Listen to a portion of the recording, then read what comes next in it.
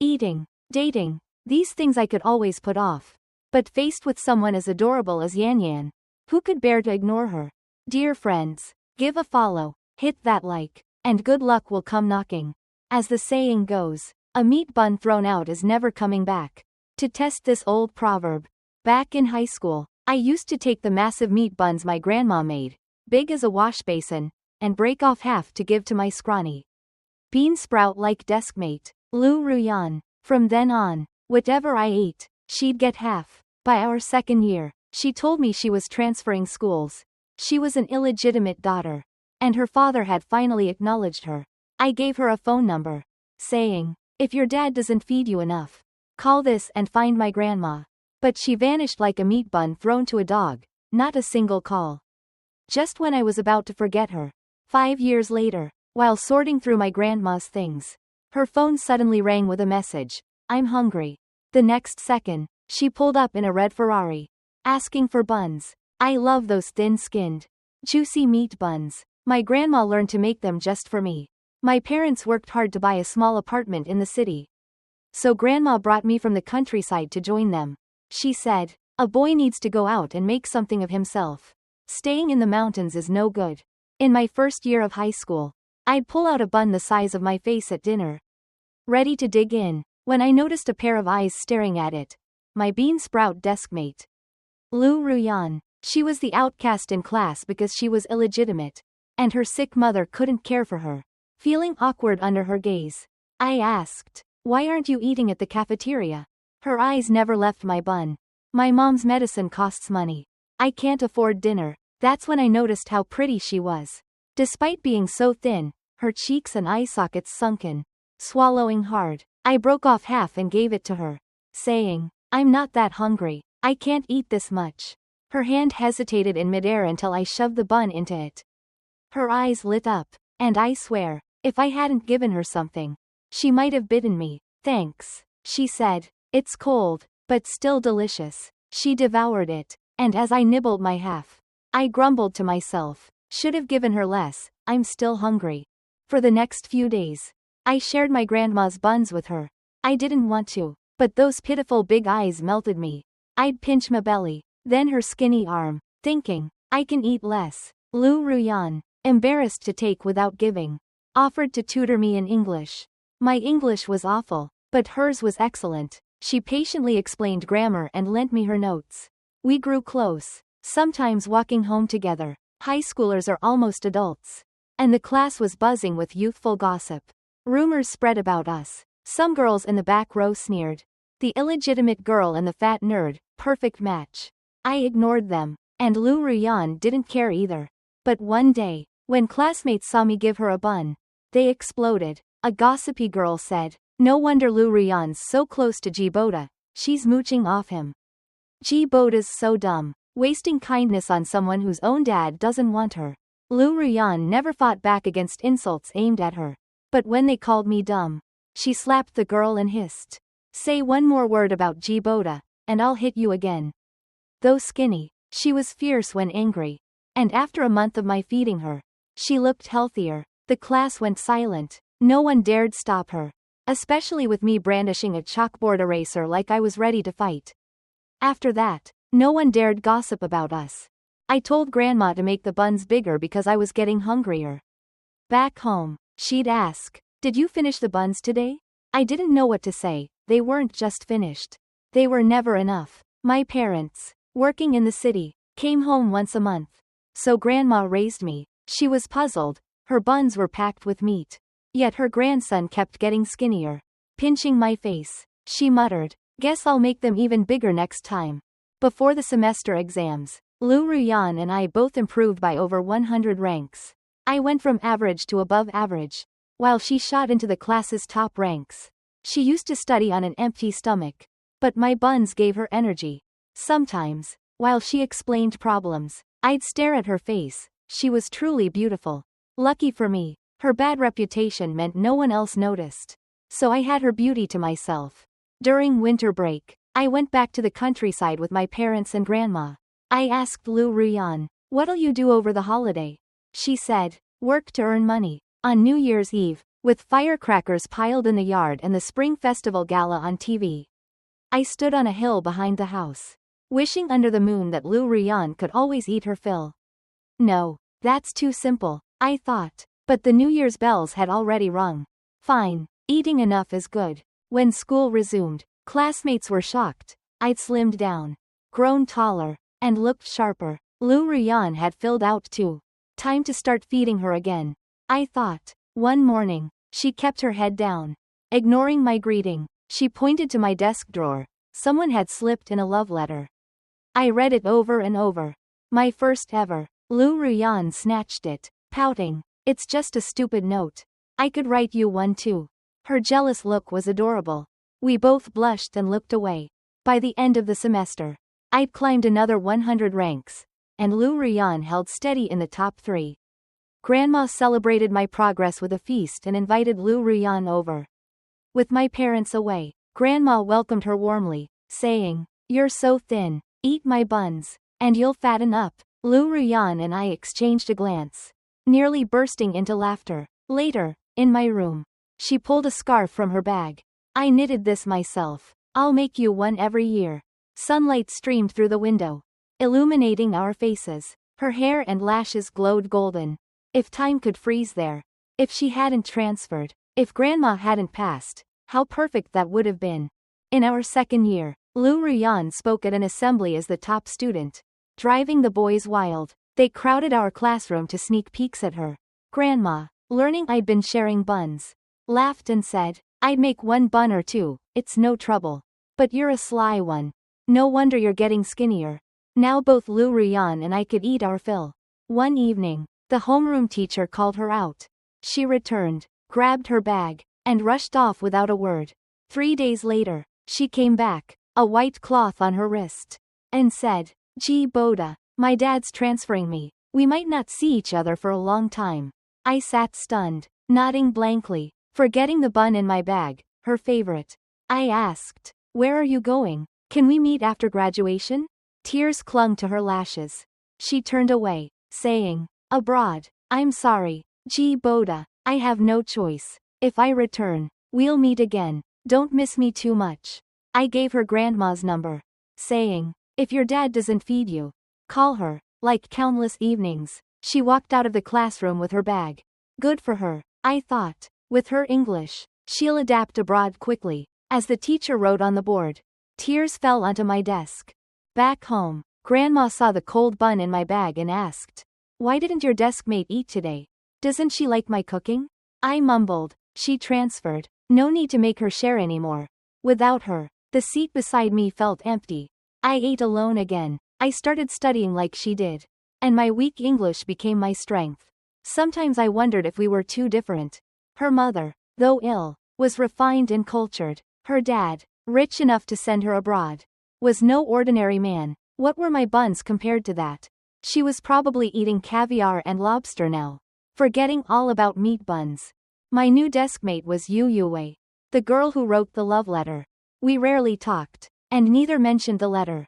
My grades soared, landing me 7th in class. Seeing Lu Rian's old rank on the scoreboard, I smiled, then snapped out of it. Why was I smiling? She couldn't see it. Wasn't I studying for myself?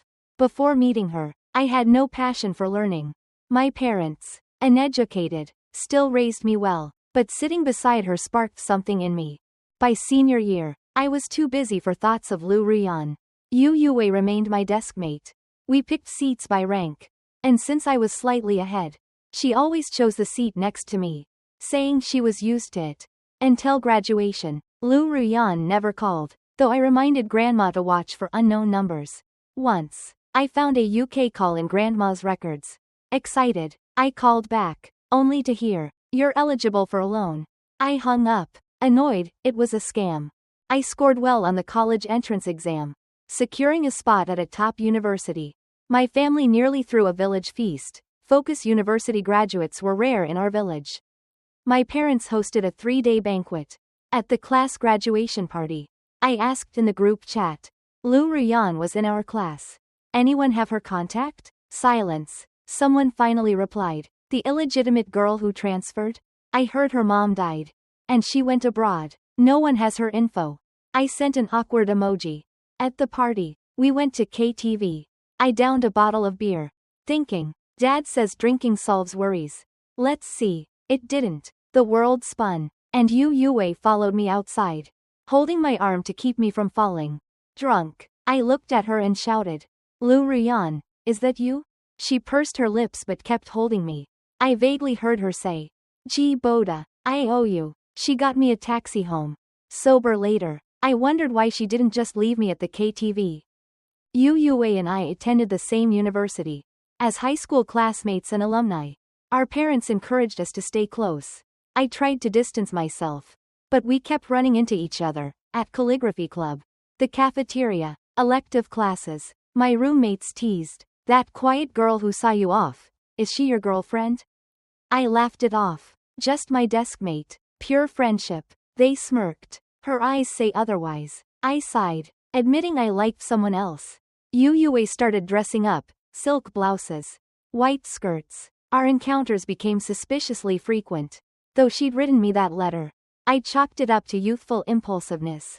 But things were spiraling. In my second year, I kept my distance, no more walking her home or chatting. A friend advised, if you're not into her, tell her clearly, she's falling deeper. Before the semester ended, I invited her to a movie to set things straight. After, I paid for the popcorn. She snapped, why split everything? I buy you popcorn. You treat me to a movie. What's wrong with that? I looked at her seriously. Yue, you know what I'm about to say. I don't feel that way about you. You're great, but I don't see you romantically. Her eyes welled up. I know. You like Lu Ruyan, don't you? I nodded, apologizing. She grabbed my sleeve as I turned to leave. Don't feel burdened by my feelings. I'll keep my distance, but don't treat me like a stranger. I'll follow you until I can't anymore. Both Lu Ruyan and Yue shone in their own way. I was lucky to know them. In my third and fourth years, I focused on certifications and competitions. And Yue joined the same ones. During an internship at a biotech company, she followed too, bringing me lunches and chocolates for my low blood sugar. I'd treat her to meals to avoid owing her. She had suitors but turned them all down, staying by my side. My mom loved her, saying, a gentle girl like Yue is rare. She's devoted to you. What more do you want? You'll regret letting her go. I wondered what I was holding onto. 5 years, and not a call from Lu Ruyan. Right before graduation, Mom called with devastating news. Grandma was critical. Yue was with me as I rushed home by train. She insisted on coming, worried I'd skip meals. At the hospital, Grandma was frail, barely breathing. She gripped my hand, whispering, Gee Boda, I can't make you buns anymore. Seeing Yue, she added, is this your desk mate? I knew you liked her. Shame I won't see you married. I sobbed. Grandma's breathing faded, and the monitors blared. Her hand went cold. At home, I found her unfinished pork and mushroom filling in the fridge and broke down again. Yue helped with the funeral, even cooking me egg noodles over a firewood stove, burning her hands. On the way back to school, I said, thanks for staying with me. If you still like me at graduation, we'll be together. She nodded, tears falling, and hugged me. You know how long I've waited? During winter break, sorting Grandma's things, I found the scarf Lu Ruyan knitted and Grandma's phone. Charging it, I saw a missed call and voicemails from 2 months ago. A girl's voice, Grandma. It's Lu Ruyan. If you see this, can Gee Boda call me? I couldn't contact him until now. Has he forgotten me? It's okay. I'm here for him. As the phone powered up, Lu Ruyan called. My hands shook. Grandma, I'm hungry, she said. I remembered her leaving the classroom 5 years ago, her bangs. Her pale fingers clutching my note. It felt like a dream. Like we were still kids sharing buns. Choking back tears, I said, Grandma's gone. She asked, Gee Boda, are you still at the old place? I went there, but you'd moved. I was packing Grandma's things. Stunned she'd looked for me. Did I really like her that much after just a year together? Her face was blurry now, but I'd clung to those memories, afraid they'd fade. Hearing her voice, knowing she was okay, felt like enough. As I packed, including her frayed scarf, a car pulled up. A woman in a trench coat stepped out of a red Ferrari, Lu Ruyan. Her youthful innocence was gone. Her features sharper, more striking. We locked eyes, then ran to each other. My heart pounded, screaming, "The one you love is right here." She threw herself into my arms, sobbing, "Boda, without you, I wouldn't have made it." Her warmth and heartbeat overwhelmed me. "I'm sorry. If I'd come sooner, I could have seen Grandma. Her buns were the best." Tears soaked my shirt. We stood under a tree, wind rustling her hair. She apologized for her outburst, pulling out a box, 5 scarves, one for each year, glowing in the sunlight. They held her heart, woven over time. I poked her forehead, teasing, "Not a single call in all these years?" She rubbed the spot, laughing, her old spark returning. She leaned against the tree, eyes heavy. "My dad sent me abroad. Cut off all contact. No phone. No freedom. The glamorous life of the rich is a facade. Because my brother went to prison, Dad trained me to take over. I studied while dodging my sister-in-law's schemes. Last year, I wanted to see you, but a car accident nearly killed me. I knew she was behind it but had no proof. I didn't dare contact you, afraid of dragging you into it." She stepped closer. 5 years ago, I didn't finish saying, "If we meet again, will you be my boyfriend?" A noise across the street. Yue. She dropped something, then walked over, stating, "You're back." Lu Ruyan nodded. Yue said, "You were gone 5 years. I stayed with Boda. Shared his days. Why should you waltz in and claim him?" I wanted to disappear. Yue pulled Lu Ruyan into a cafe, asking me to give them space. Their expressions were tense, like a fight was brewing. 20 minutes later, Yue handed Lu Ruyan a box of chocolates, glanced at me, and texted, "Boda, I'm leaving." She walked out the back door without looking back. Lu Ruyan gave me the chocolates, saying, "Yue's really nice." I asked what they talked about. She smirked. She said, "You've always liked me and you're still single. At the graduation party, you shouted my name when drunk." She looked smug. "But if you chose Yue, I wouldn't blame you. She loves you as much as I do." The next day, I took Lu Ruyan to dinner. She wore casual clothes, beige top, white skirt, like a K-drama heroine. She asked, "Have you decided?" I teased, "I need to think. It's been 5 years." I asked when she started liking me. "When you first shared your bun. Your round face looked like a bun too. I knew I'd never go hungry with you." I rolled my eyes. I asked why she came now. She said, "My dad died. My mom was his student. Unaware he was married. When she got pregnant, he confessed. She left him, raised me alone, but sank into depression. She begged him to take me before she killed herself. He didn't even know I existed. Thinking she'd aborted me, I put my arm around her." She continued. "He felt guilty, tried to make it up to me. My sister-in-law hated me, tried to kill me. I fought to survive, to come back to you." She pressed my hand to her face. "Without you, I might have dropped out in high school. Your kindness was my only light." Abroad, she was watched like a prisoner. After putting her sister-in-law in jail, she kept calling Grandma's number, but it was off. When I finally reached you, I was terrified it'd be another dead end." She stepped closer, her woody perfume enveloping me. "Boda, pity me again. Be my boyfriend. I'll give you everything, my company. My vegetarian brand based on Grandma's recipe. Please." Her dowry was overwhelming. I patted her back, teasing, "Still a bean sprout." At dinner, the table overflowed with gourmet dishes. I sipped wine, trying to seem sophisticated, and raised a glass. "I'll finish this. You sip." Tipsy after barely eating, she helped me to the car. She wiped sauce from my lips. Our faces inches apart. Heat surged. "Blame the wine." I kissed her. Realizing what I'd done, I pulled back. Her eyes shimmered. Then she kissed me back, passionately. We stopped, breathless. Her lipstick smudged, hair messy. I stammered, "Let's go home." The driver, silent till now, said, "Buckle up, we're leaving." I took Lu Ruyan to restore Grandma's grave. She placed white chrysanthemums and buns at the tomb. Choking, "I owed you so much. Now I'm back, but you're gone. I'll make buns for Boda like you did." Rain fell. We knelt, bowing deeply. 6 months later, I proposed. She didn't say yes right away, instead offering me control of her company. At 16, I ate the world's best bun. "This is my return gift." I reluctantly agreed. At our engagement, Yu Yue gave me handmade gloves, saying, "Be happy." She wore her old high school casual clothes.